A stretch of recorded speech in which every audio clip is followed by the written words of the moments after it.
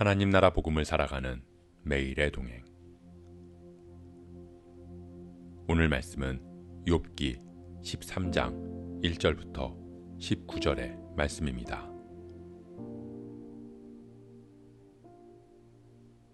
나의 눈이 이것을 다 보았고 나의 귀가 이것을 듣고 깨달았느니라. 너희 아는 것을 나도 아노니 너희만 못하지 않으니라. 참으로 나는 전능자에게 말씀하려 하며 하나님과 변론하려 하노라. 너희는 거짓말을 지어내는 자요 다 쓸모없는 의원이니라.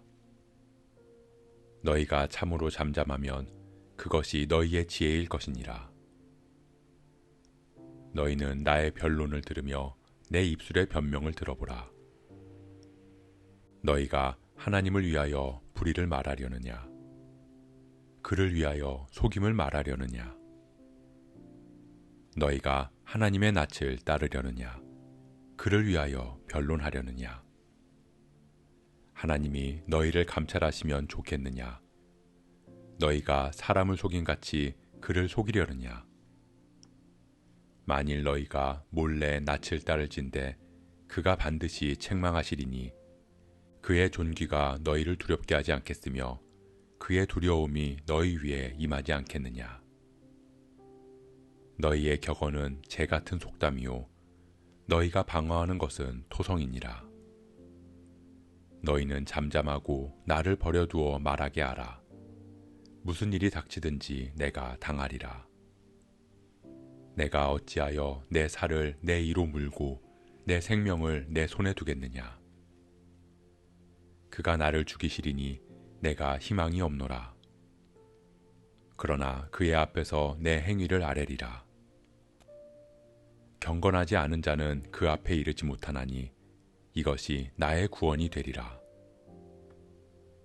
너희들은 내 말을 분명히 들으라. 내가 너희 귀에 알려줄 것이 있느니라. 보라, 내가 내 사정을 진술하였거니와 내가 정의롭다 함을 얻을 줄 아노라. 나와 변론할 자가 누구이랴?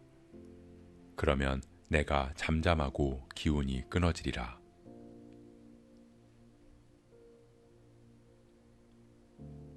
욥은 자신을 정죄하는 친구들과 더 이상 이야기하고 싶지 않았습니다.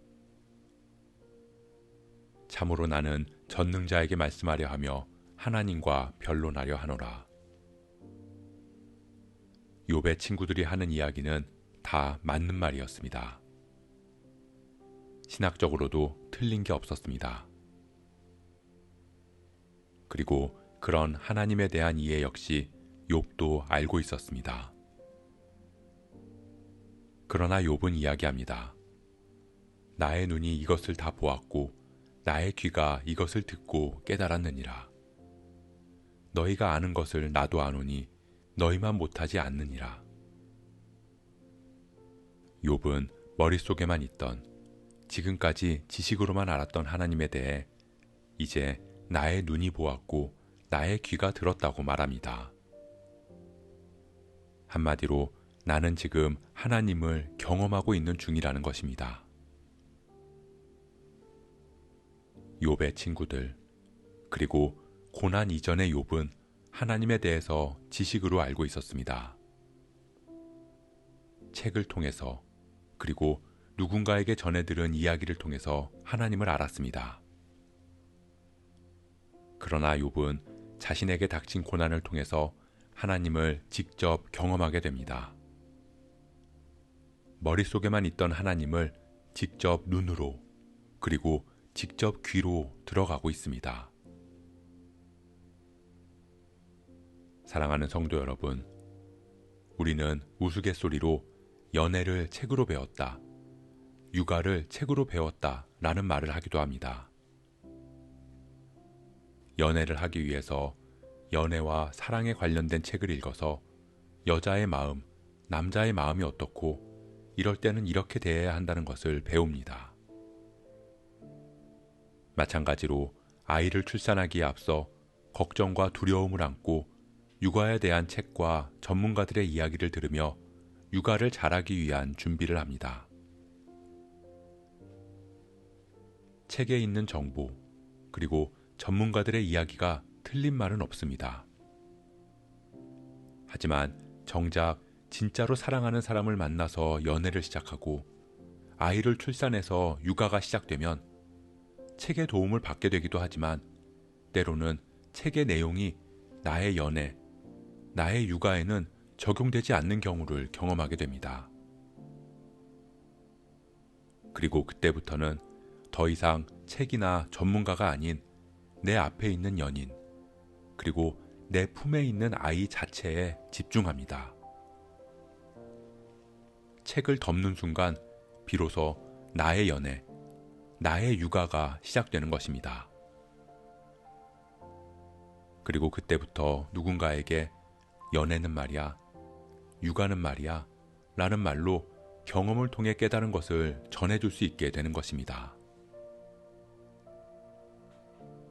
우리는 말씀을 통해 그리고 설교와 수많은 서적을 통해 하나님에 대해 배웠습니다. 그로 인해 우리 안에는 하나님에 대한 지식이 쌓여갑니다. 그리고 그것들로 인해서 우리 안에는 바른 신학이 정립될 수 있습니다. 그러나 그 자체만으로 우리는 하나님을 안다고 이야기할 수 없습니다. 왜냐하면 내가 하나님을 직접 만나고 경험해 보지 못했기 때문입니다.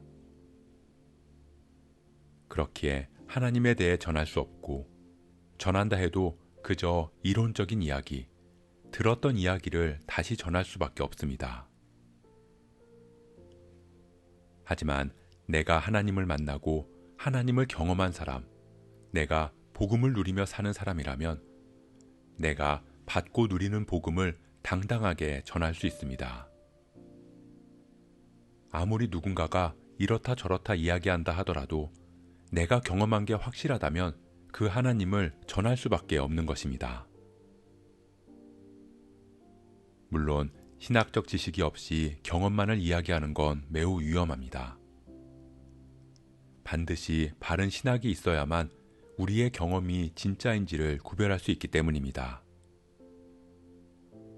그렇기에 우리는 말씀을 통해 그리고 신앙 공동체 안에서 올바른 지식을 쌓아야 하고 그 지식으로 나의 경험을 분별해야 할 것입니다. 그럼에도 우리에게는 하나님을 만나는 경험이 반드시 필요합니다. 복음이 나의 복음이 되는 과정이 필요합니다. 그 과정이 없다면 전도는 마치 아이를 양육해 본 적 없는 육아교육 전문가가 세 자녀, 네 자녀를 낳아기는 부모들을 앉혀놓고 양육은 이런 거라고 가르치는 것과 다르지 않기 때문입니다. 우리가 하나님을 경험하기를 소원합니다.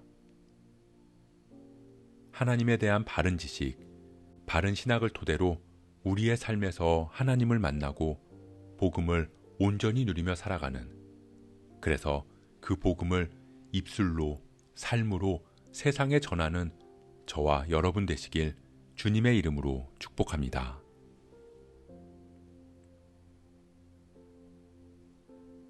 오늘 말씀 묵상하면서 기도함으로 마음에 새기겠습니다. 욥은 자신의 친구들처럼 이전에는 지식으로 하나님을 알았습니다. 그리고 그것이 하나님의 전부라고 생각했습니다. 그러나 욥은 고난을 통해 하나님을 경험합니다. 하나님을 눈으로 보고 귀로 들으며 조금씩 하나님을 알아갑니다. 우리에게도 하나님을 만나는 경험이 필요합니다. 살아있는 복음이 되려면 복음이 나의 복음으로 다가오는 시간이 필요합니다. 주님, 우리를 만나주시고 우리에게 참된 복음을 깨달아 알게 하여 주옵소서. 그렇게 하나님을 경험한 우리들이 삶의 자리에서 주님을 증거하며 살아가는 그리스도의 증인으로서의 삶을 살아가게 하옵소서. 우리가 전하는 복음이 머릿속에만 있는 죽은 복음이 아니라 내 삶을 통해 살아있는 복음이 되게 하옵소서. 이 모든 말씀, 우리와 늘 함께 하시며 우리와 동행하시는 예수 그리스도의 이름으로 기도합니다.